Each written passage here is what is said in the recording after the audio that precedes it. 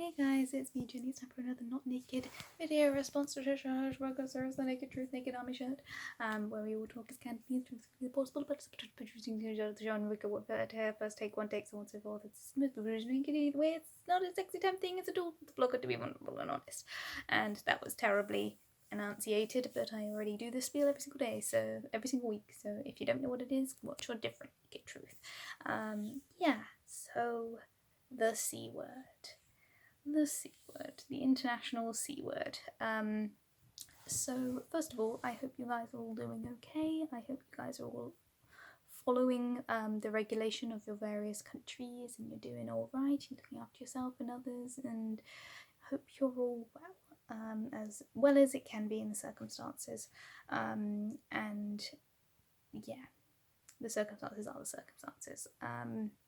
So for me personally, I'm in an incredibly lucky position.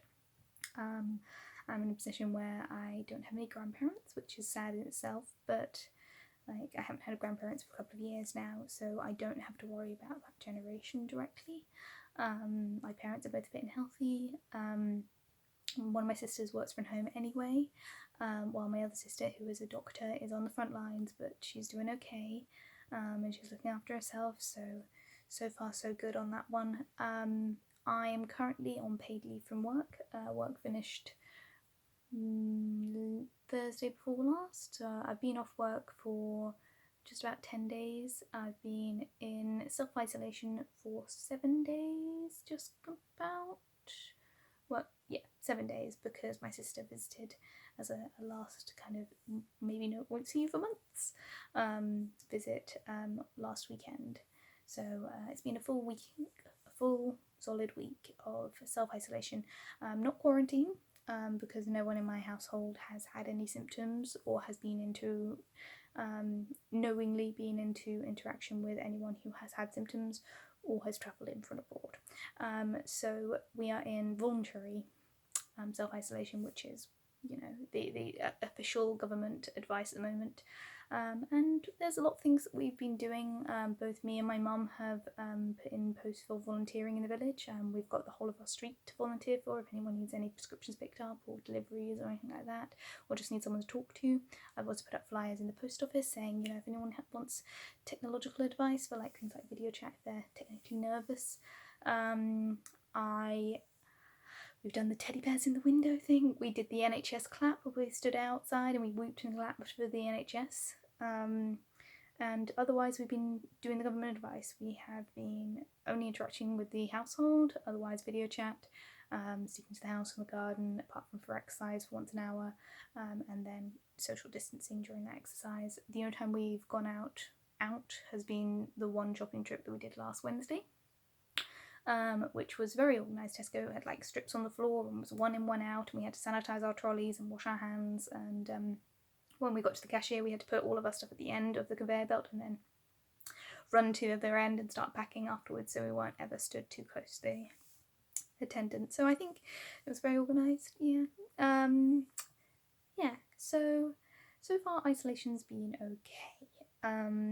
My laptop is a bit blippy at the moment. It keeps on randomly shutting down with no reason, which concerns me because I can cope with self-isolation as long as I have my baby, so I can do Skype and I can do Messenger and I can do D&D and play video games. But if my laptop dies, I'm gonna really struggle because it's my only device other than my phone. But that's something I'm working on at the moment. And yeah, I for all of that though, it's completely fine to feel stressed and anxious.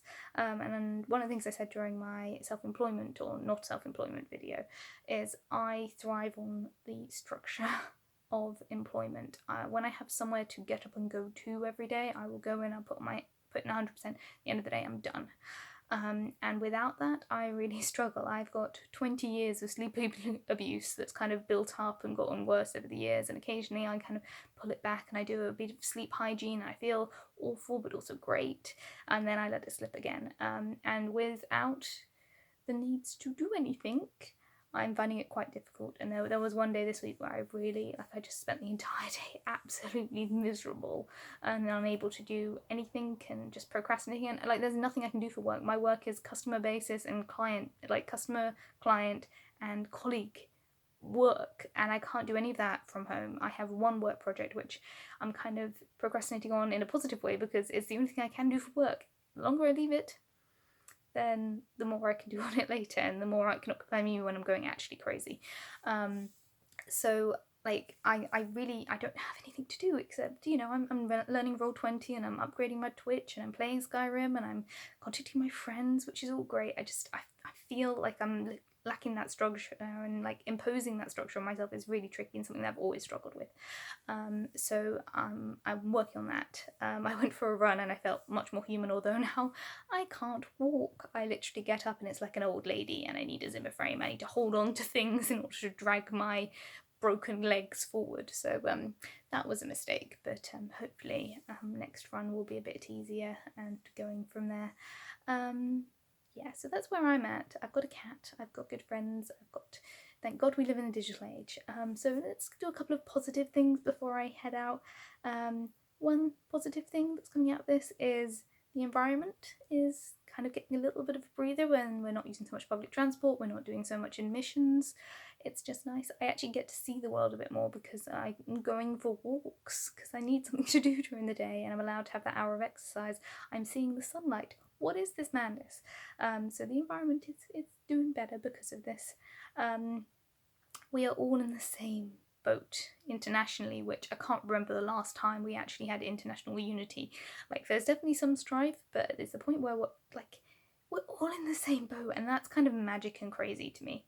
We're living in a digital age where we can do this video, online, face-to-face interactions without being face-to-face, and that is magic, and thank God we live in this time when we can do things like Animal Crossing. Like, isn't that magic? I don't play Animal Crossing, but all my friends are talking about how much they love Animal Crossing and how much it feels like a interactional thing. So yay digital age, yay modern medicine. I'm so glad that we don't just have plague cottages and you deal with it. Still can't read what I wrote. And final thing, I'm glad that this has happened in winter going into spring, because if it was going into summer when this first kicked off, we would have a very, very steep bell curve going into the winter season. It's good it's in a transitional season where we can get a bit of sunlight, but it's not dark all the time, it's not wet and cold and miserable as much. And then we've got the summer to kind of ease out. It's like, if this happened in the middle of winter when you can't go outside because it's cold and wet and miserable and it's so dark, I think everyone will be suffering a lot more emotionally. But because we're getting into the spring, it's the anti-seasonal defective disorder season, that's helping. And then we've got the summer and the autumn to recover before the next bout of flu season. So yay, and my camera's about to run out of battery, so look after yourself, be good to yourself, be kind to others, and obey what your government tells you to do. Stay well. Bye.